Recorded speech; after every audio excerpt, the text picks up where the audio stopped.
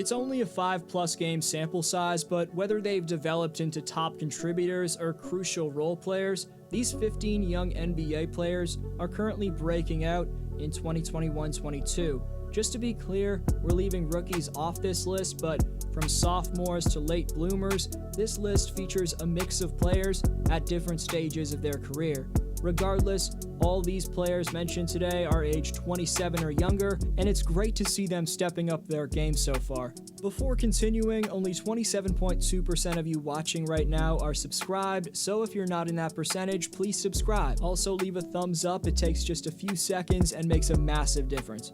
Through 5 games, the Hornets wing Miles Bridges has posted 26, 8, and 2 on 53, 40, 91 shooting splits. Bridges has gone from a player who averaged just 13 points per game in his second and third years to the Hornets' go-to scorer. He's led Buzz City without Terry Rozier to a 4-1 record as of this recording. We know how special of a dunker and overall athlete Charlotte's small forward has always been with his explosive, springy hops, but given he's number 8 among all players in win shares so far, it's time to start respecting Bridges for more than just his dunking. I know what you're thinking with this next one. DFlow, Montrezl Harrell's not young, he's turning 28 in January. But with players like Curry and LeBron, among many others, being elite after turning 34, age 28 is like the new 24 with the precautions, plus modern technology that's helping players recover nowadays. From cryo chambers to deep tissue heating and Theraguns regularly used by trainers to help sustain their player's body through the 82-game grind, Montrezl Harrell has at least another half-decade of elite play up front if he avoids injury. The former Laker is proving his old team wrong for benching him in last year's playoffs, as Montrez has visibly lost around 5 to 10 pounds and is one of the driving factors behind DC's shocking, steaming 4-1 start. Harrell's also number 3 in the NBA in PER. A blur in transition, Ja's one of, if not the fastest player across the NBA. The 22-year-old Morant is extremely poised under pressure for his age. He already has a nifty floater in his bag, plus he's a slithery and creative finisher around the bucket. Along with that acrobatic finishing, scaring Western Conference foes watching tape on him, Morant's vamped his three-point clip from 30% as a sophomore to 41% through his team's 3-2 start.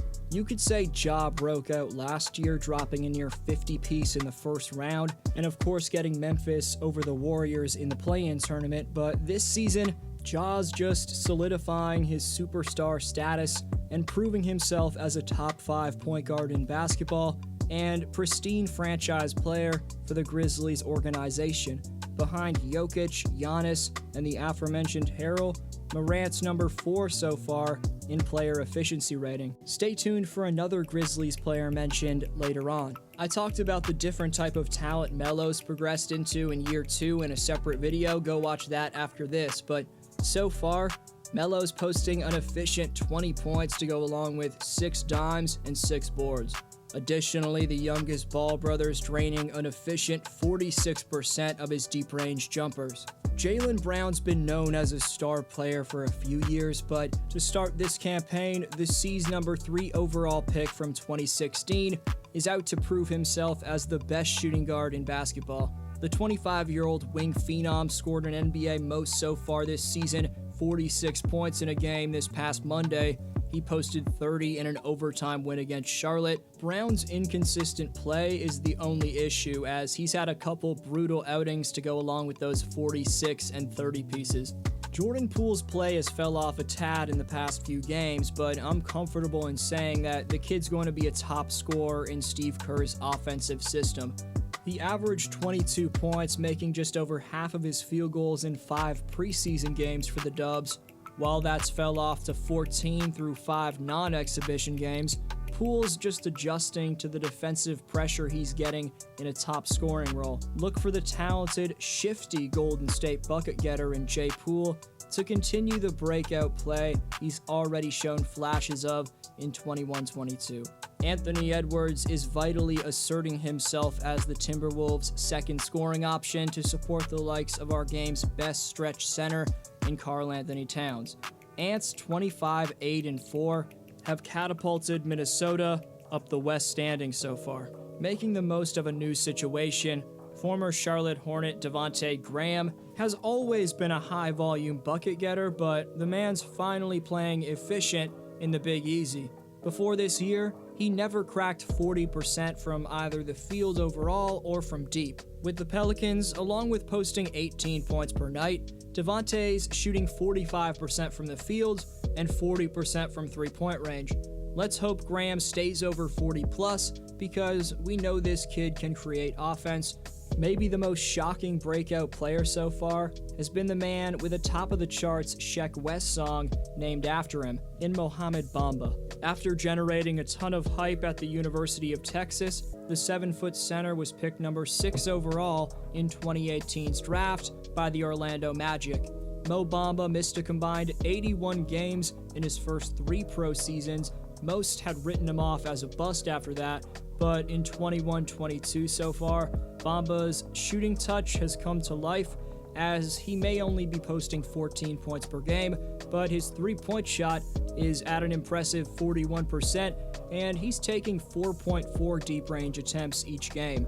Without Delon Brooks, Desmond Bane has stepped up as the Grizzlies' number 2 scorer next to Ja Morant. Only in his sophomore campaign, Desmond's a pesky defensive player, and he's got a smooth shooting release from distance. The kid's putting up 19 per night on 48, 42, 88 shooting splits. After being a crucial two-way piece on the wing during Phoenix's monster run to the 2021 finals, Mikal Bridges has taken yet another step towards star status in year 4 of his pro career.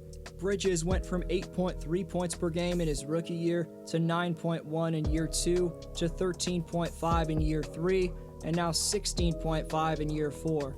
That's steady progression right there for you.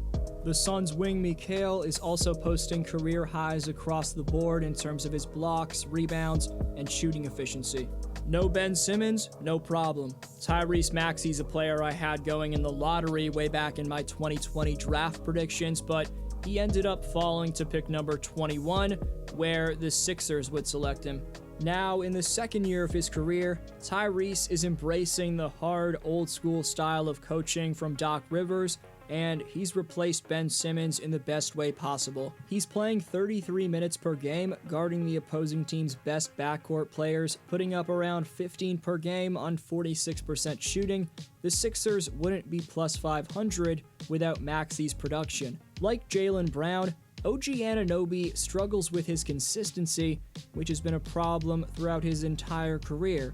But OG cracks my early breakout players list because he's become the Raptors' leading scorer without Pascal Siakam, averaging a solid 19 points per game in the Raps' decent start.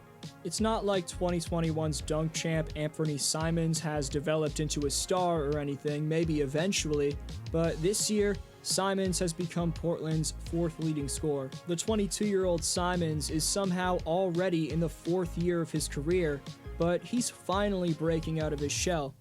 For Rip City, Anfernee's shooting a blistering 54% from the field and 48% from 3 on long-range shots per night.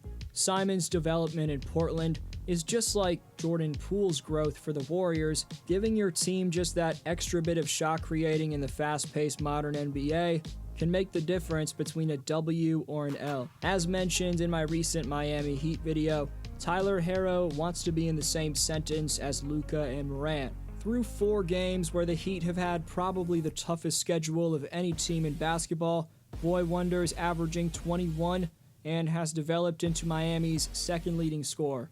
The 21-year-old's product of Kentucky has a lot on his shoulders in this role, but given his confident statement about wanting more respect and how he's played thus far, I think he's more than fit to be Jimmy Butler's right-hand man in terms of perimeter scoring. But again, given it's only been a handful of games, a lot could change, so I may have to make a part 2 to this video. Let me know your favorite breakout player so far down below in the comments section. This was DFlow, you're the best for sticking around, and I'll see you next video.